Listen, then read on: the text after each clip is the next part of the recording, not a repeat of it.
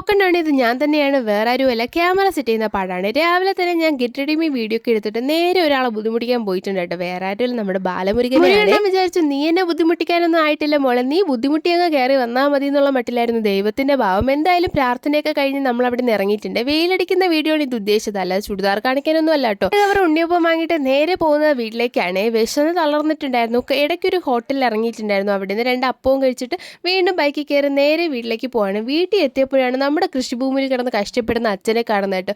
എന്തെങ്കിലും എന്നെ കൊണ്ട് പറ്റുന്ന സഹായം ചെയ്യാമല്ലോ എന്നുള്ളൊരു നല്ല മനസ്സോടു കൂടി ഞാൻ ആ കൃഷിഭൂമിയിലേക്ക് പോയിട്ടുണ്ടായിരുന്നു.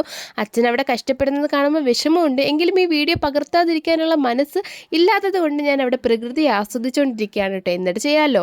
കുറച്ചു നേരം നമ്മുടെ കൃഷിസ്ഥലത്ത് പോയിട്ട് അവിടുത്തെ കാര്യങ്ങളൊക്കെ നോക്കാം. അച്ഛൻ അവിടെ എന്തൊക്കെയോ കൃഷികൾ ചെയ്യുന്നുണ്ട്. അപ്പോൾ നമുക്കതെന്തൊക്കെയാണെന്നുള്ളത് നോക്കാം. വെറുതെ നോക്കുന്നത് ശരിയല്ലോ. എന്തെങ്കിലും ഒരു സഹായം ചെയ്യാന്നുള്ള രീതിക്ക് ഞാൻ അവിടെ ക്യാമറ സെറ്റാക്കാണ്. കള്ളനൊന്നും അല്ല കേട്ടോ, നേരെ നോക്കുന്നതൊക്കെ കാണുമ്പോൾ ഭയങ്കര കള്ളത്തരമൊക്കെ ഉണ്ട്. പിന്നെ നിങ്ങൾ ഈ കാണാൻ പോകുന്നത് ഒരു ഡയറക്ടർ ബ്രില്യൻസ് ആണ്. എങ്ങനെ അതിവിദഗ്ധമായി പണിയെടുക്കുന്ന പോലെ വീഡിയോയിൽ ഉൾപ്പെടുത്താം, അതാണ് ഇന്നത്തെ എൻ്റെ ലക്ഷ്യം എന്ന് പറയുന്നത്. അതിനുവേണ്ടി ഞാൻ ഇലകൾക്ക് ഭംഗിയുണ്ടോ, ഇലകളിൽ അഴുക്കുണ്ടോ, വള്ളിച്ചെടികൾ നേരെയാണോ ഇരിക്കുന്നത്, ഇത്ര വലിയ ഇലകളൊക്കെ അതിലുണ്ടോ എന്നുള്ള അതിവിദഗ്ധമായ നിരീക്ഷണത്തിലാണ്. ആവശ്യമുള്ള ക്ലിപ്പ് കിട്ടിയെന്ന് മനസ്സിലായപ്പോഴേക്കും പതുക്കെ വീഡിയോ അവിടെ നിന്ന് എടുക്കുകയാണ്. എന്നിട്ട് കുറച്ചൊരു അച്ഛനെ ബുദ്ധിമുട്ടിക്കാമെന്ന് വിചാരിച്ചു. അച്ഛനവിടെ വളരെ കഷ്ടപ്പെട്ട് പണിയെടുത്തുകൊണ്ടിരിക്കുകയാണ്. വെണ്ടത്തയ്യാണ് നടന്നതെന്നുള്ളത് എവിടെയോ പരാമർശിച്ചിട്ടുണ്ടായിരുന്നു. അത് ഓർത്തിട്ടാണ് ഇപ്പോൾ ഈ വീഡിയോയിൽ പറയുന്നത് കേട്ടോ. അത് വെണ്ടത്തയ്യാണ്. അപ്പോൾ എന്തായാലും അതെങ്ങനെയാണ് നടന്നത്, അതിന് എന്തൊക്കെ വളങ്ങളാണ് ഉപയോഗിക്കുന്നത്, എത്ര ദിവസം മണ്ണിൽ ഇങ്ങനെ നടാൻ വേണ്ടി വെക്കണം, ഇങ്ങനെ പലതരം ക്വസ്റ്റ്യൻസ് ഞാൻ അവിടെ ഒരു ഇൻ്റർവ്യൂവറിനെ പോലെ ചോദിക്കുന്നുണ്ട്. അച്ഛൻ അതിന് ഉത്തരം പറയുന്നുണ്ട്.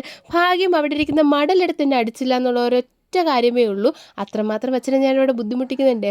മേലാണെങ്കിൽ ഒരു സഹായം ചെയ്തില്ലെങ്കിലും നമ്മളെ കൊണ്ട് പറ്റുന്ന എൻ്റർടൈൻമെൻറ്റ് ചെയ്യാമല്ലോ. എൻ്റർടൈൻമെൻറ്റ് കൂടി ഞാൻ പലതരം മണ്ടത്തരങ്ങൾ ക്വസ്റ്റ്യൻ ചോദിക്കാൻ തുടങ്ങി. എന്തുകൊണ്ടാണ് ഈ ഒരു ചട്ടിയിൽ ഒരൊറ്റ തൈ മാത്രം വെക്കുന്നത്, പലതരം തൈകൾ വെച്ചുകൂടെ, 3-4 തൈകൾ വെച്ച് കഴിഞ്ഞാൽ നമുക്ക് എന്തോരം ചട്ടികൾ മാറ്റി സൂക്ഷിച്ച് വെക്കാമല്ലോ എന്നൊക്കെ പറഞ്ഞിട്ട് ചോദിക്കുകയാണ്.